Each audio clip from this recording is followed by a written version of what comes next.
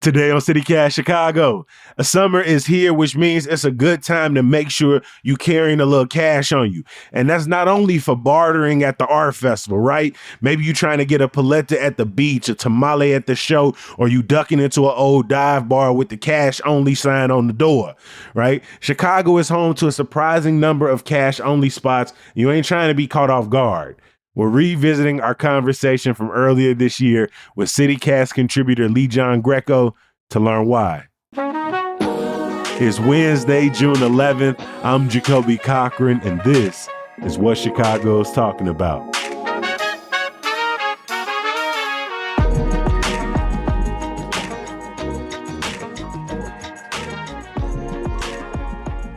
Morning, Leigh. Welcome back to the podcast. Hey, Jacoby. Thanks for having me. I don't know about you, but I almost never keep cash on me these days. In fact, the only time I have cash is when I go to the dispensary and they got to do that like ATM cashless withdrawal thing. So they got to give you a couple extra dollars. That's the only time I ever have cash. Leigh, have you ever had the experience of going into a restaurant or a bar and then being surprised it was cash only?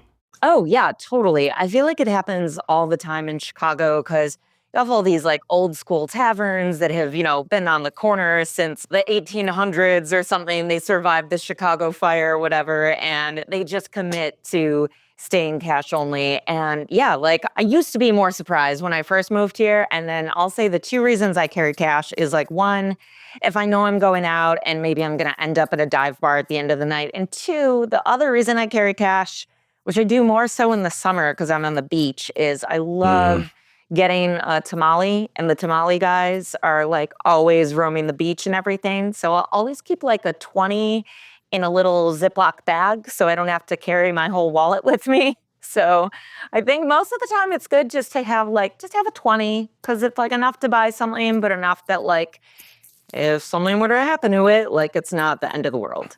No, for sure. I think the one restaurant I make sure I keep cash for is Italian Fiesta, because ever since I was a kid and to this day, if they're going to deliver your pizza, they're going to ask for cash. Ain't no card readers coming, ain't no QR codes, ain't no Venmos. So that's one of the reasons I keep some cash on me. But you was just making me think how much I missed the summer and having a couple dollars for like the ice cream, man. Like the ice cream truck pulling up down the street. Oh my God. I always keep cash on me for the ice cream guy because like you never know when. It's so weird. I'll just be sitting on the beach and I'm like, I would love to eat SpongeBob SquarePants face with a gumball right now. And then lo and behold, you hear those tinkling bells coming on and you're like, ooh, I wish I had some cash on me. I feel like this experience is more common in Chicago than in some other big cities at this point. You've been talking to owners and have identified dozens of cash-only spots throughout the city. How would you describe these businesses? Is there anything they have in common? Yeah, as I mentioned before, I think a lot of them have that old school mentality. A lot of these businesses have been around for decades now in Chicago. One bar I talked to has a cash register from the 1940s, and that is part of why they don't want to switch to cash only. So, whether they're a dive bar that's open late or a morning diner that's just pretty simple, they all have that kind of sweet home Chicago sense where they're just kind of on the corner, little hole in the wall, family-owned business. I love that you keep using the words like old school. Was there one in particular or a few in particular that when you walked in, you kind of felt like you was in a time machine a little bit? Yeah, I mean, I do think so. I've been to Rainbow Club a couple of times, and that is just a Chicago classic. I guess Rossi's has that a little bit too, where like you don't even really know what it is from the outside. And when you walk in, I definitely feel like you think it's still the 70s. Like if someone were smoking in there, I would not be surprised at all. Although that's another Chicago dive bar, which I think everyone listening to this will know. Richard's, which I think everybody knows and, is a bit infamous as well for being how old school it is and still smoking and that sort of thing. I had to ask. I was like, well, it felt like you leaned on that one a little bit. What about Richards in particular makes it aggressively old school? Well, yeah, I mean, the smoking thing for sure. That was a big deal in the early days of COVID as well. They were sort of scofflaws. So I think maybe it has a place in sort of Chicago myth as well, where we think of it as like almost from this different time of Chicago, this like rough and tumble Chicago. I love that Richards, Rossi's, as well as Rainbow Club, all three of them have quintessentially classic Chicago signs as well outside of the building. Well, whether it's the awning at Rainbow Club, whether it's Richards sort of simple, like hanging over the sidewalk, and then Rossi's just has the like corner store marquee right out as well. And so when you go inside of them, like how much is it advertised that these are cash only? Do you know from outside, or is it only clear once you get inside? So that was actually something that came up as I was talking to these bar owners and restaurant owners. I told them, hey, I'm a freelance reporter. I'm doing this story. And at least half a dozen places wouldn't even talk to me about this. Like they didn't, Mm. almost like it was a secret. And I don't think that's because they're doing anything wrong. It's that they didn't want it advertised that they were cash only. And a lot of places didn't really say why. But there was at least one bar that I spoke with who said that at one time they had a cash only sign in the front.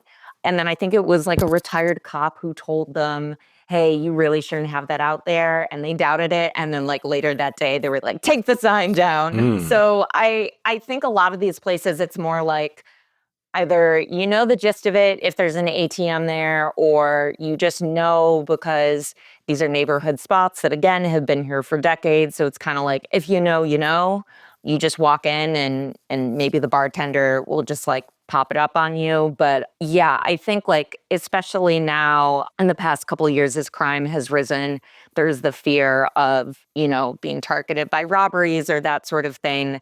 That is also one of the reasons why some cities have put forth legislation that would, make everything cashless or at least like help things go cashless. And of course, like that has received backlash as well.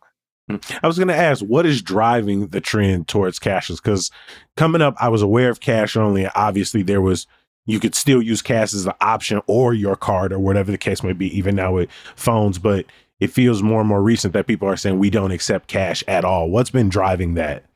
Yeah, so there's a couple of things in the last few years. A flashback to 2020 when we really didn't know much about the spread of COVID. Like, I don't know about you, Jacoby, but in the early days, I was like wiping down all my groceries. I was like leaving the mail out for a bit. Like, we People were sanitizing their money for sure. totally, totally. And people didn't want to use money. And money is frankly super dirty, right? So I think like during the early days of the pandemic, the last thing you wanted to do was touch cash. So a lot of places went cashless in the early days of COVID. And then in addition to that, the use of credit cards has gone up so much. So cash and checks are declining.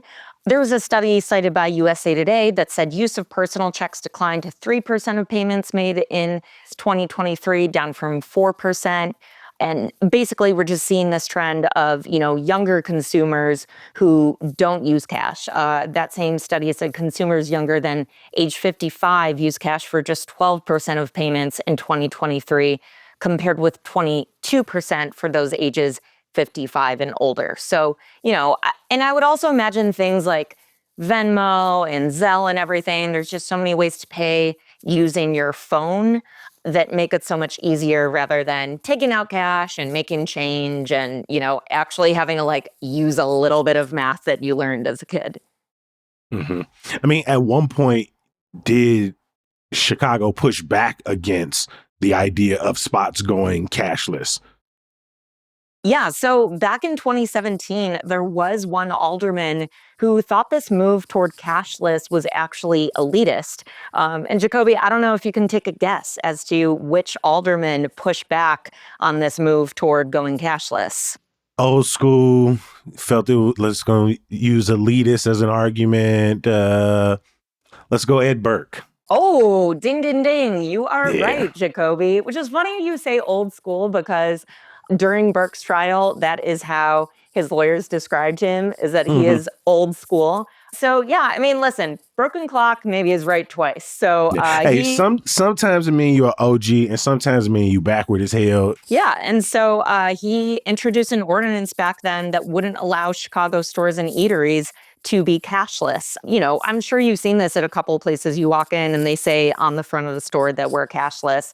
And his argument is, what do poor people do when they don't Hmm. have access to credit or debit cards and, can't use money? And, I think he has a point there is that this could be seen as elitist. There's a lot of people that don't have access to a bank or, maybe are paid only in cash. That ordinance didn't work out, but I do Hmm. think it's an interesting argument there coming from the former finance committee chair. So, with all that in mind, why did these local business owners tell you they've stayed cash only? I thought one of the reasons might be that it's really expensive to use credit cards. And, some places did cite that. But for the most part, it was just, they have always been cash only, and so they're going to continue to be cash only. That's what Desiree over at Rossi's told me. She's, famous bartender there. I think anybody who frequents Rossi's is going to know her. There's been lots of stories written about her.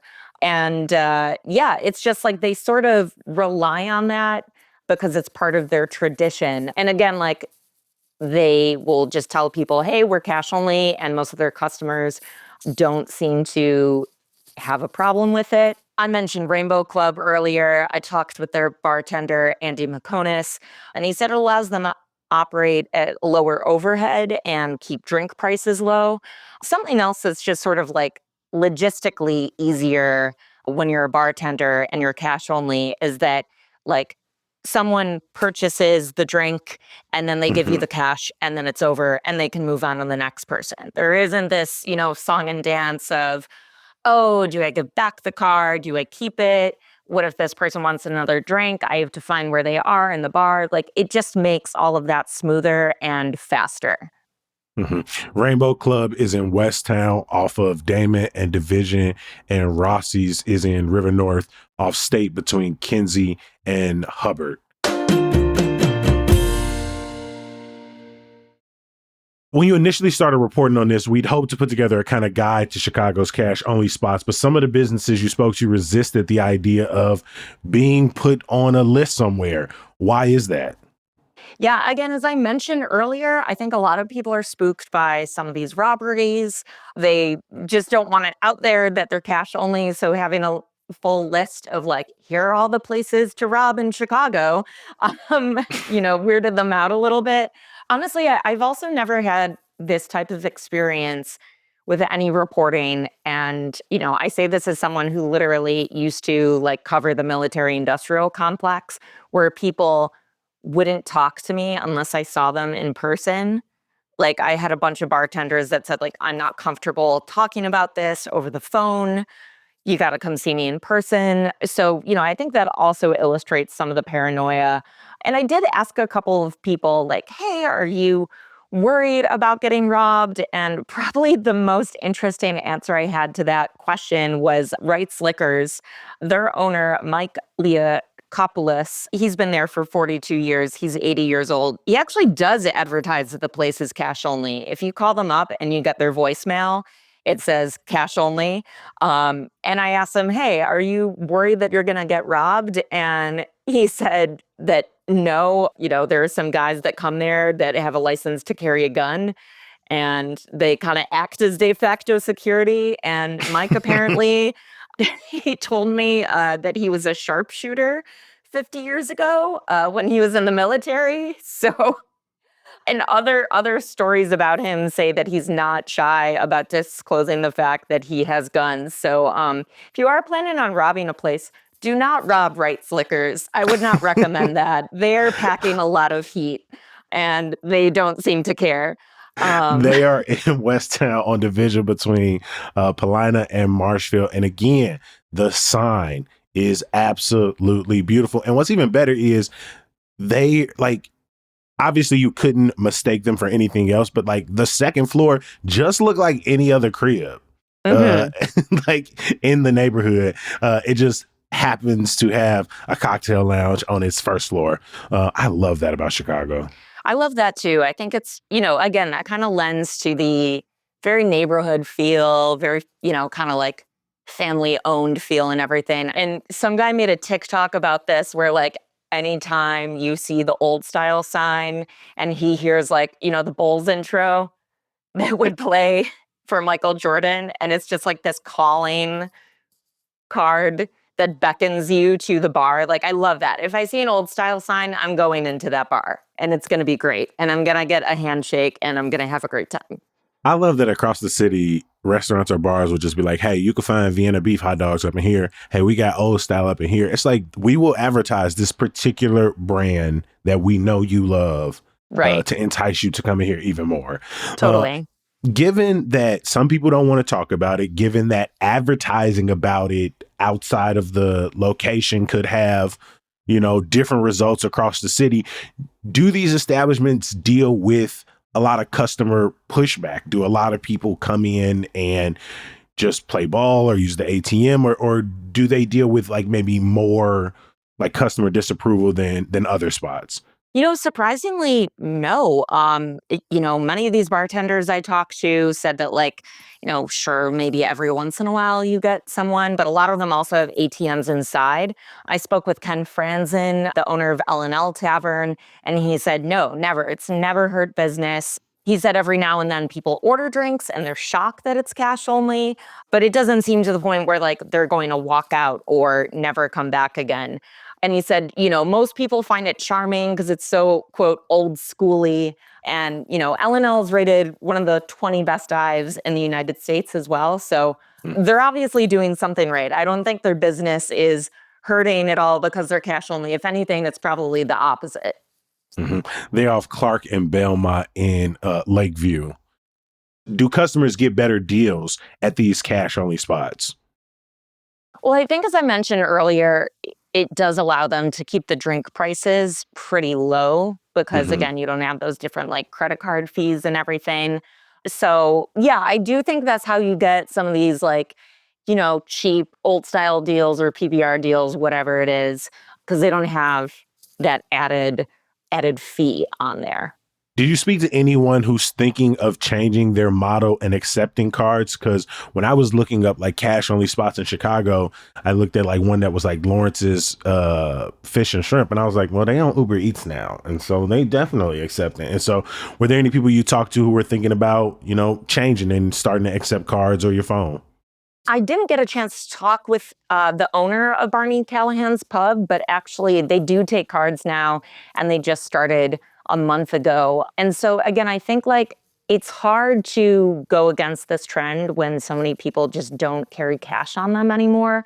I think like that is more of the concern versus like the robbery thing, which that kind of fluctuates. But when you have so many people that are just like not carrying cash at all, then yeah, I think at some point it's going to hurt your business. Were there any spots you do want to show some love to before we get out of here? Yeah, I want to give a shout out to a Hyde Park favorite, Valois. You know this if, you're an Obama fanatic, you know that he used to eat there. They're like a cafeteria style eatery.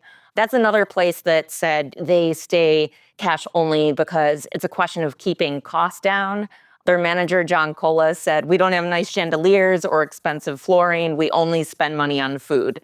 And they've been around for over 100 years. And, none of the patrons complain about it being cash only because you can get steak and eggs for super cheap there. So I think they want it to stay that way. And, I'm a big breakfast person. It's the most important meal of the day. So I love a good cheap breakfast spot. So shout out to Valois. I want to give a shout out to Cookies Cocktail Lounge. I went there when we were doing our like $50 Chicago Day episode a while back. They're in Auburn Gresham. And while they do accept credit card, I think you have to spend like a minimum of like $20 or $25 to do that. And so largely, if you just want to get like a quick beer or a couple of beers and you stand at $20, a lot of people are in there just getting one. I went in there for the morning rush. A lot of people who had just worked overnight. And so a lot of those people were just coming in there to get like one drink before going home. And so it ended up being cash only for a lot of people in there. And so, yeah, shout out to Cookies and Auburn Gresham. A good time and a heavy pour Yeah, another great one up in Andersonville, Simon's Tavern. Jacoby, you talk about signs, probably like top 10 signs in Chicago. It's a fish holding a martini glass, and it's just like super kitsch. It's super Andersonville. I love going in there. Like, it's a great spot if like you're at one of the many festivals in Andersonville and you just gotta like duck out and get away from the crowd. No frills, but yeah, that is a great little spot there. They have like those glue glime slushies or something like that in the summer. Ooh, I can Yeah, yeah, they're really, and I like that because it's like a little mix of the old school with a little new. Like, it's not the kind of thing you're gonna have all the time, but yeah, if you're like, up at one of the festivals in Andersonville and you want to get a little treat, pop in for that. So yeah, that's a great classic spot. I had two more that I'm going to add. Taqueria El Asadero in Lincoln Square is Ooh. cash only, fantastic food. And then I think people would be pissed off if we didn't mention this one. Vito and Nick's, proudly Yeah. cash only on their website, still sits there. And they're over in Ashburn, open since 1932. Amazing. So, yeah, as I mentioned, these places go back. yeah, I was going to say, I see why they stuck with the tradition. As always, no CityCast Chicago list is complete without your suggestions. You know where to find us. Reach out at 773-780-0246. Leave us a text or a voicemail. Leave us your name, your neighborhood, and your cash-only spot you want to add to the list. Join me in thanking our guest today, CityCast contributor Leigh Giangreco. Always good to see you. You too, Jacoby. Thanks. Our good news is directly off that events calendar. I want to give a shout out to Queer Quilting Chicago, a quilting workshop series up in Rogers Park. Their second annual quilt show, A Queer Ritual, opens tonight with a party from 6 to 9 at Interfacing Studio off Lunt and Clark. You can view the gallery this week. I'll drop more info in the show notes so you can plan accordingly. As always, we appreciate you for listening and reading. We're going to be back bright and early tomorrow. We'll talk to you then. Peace.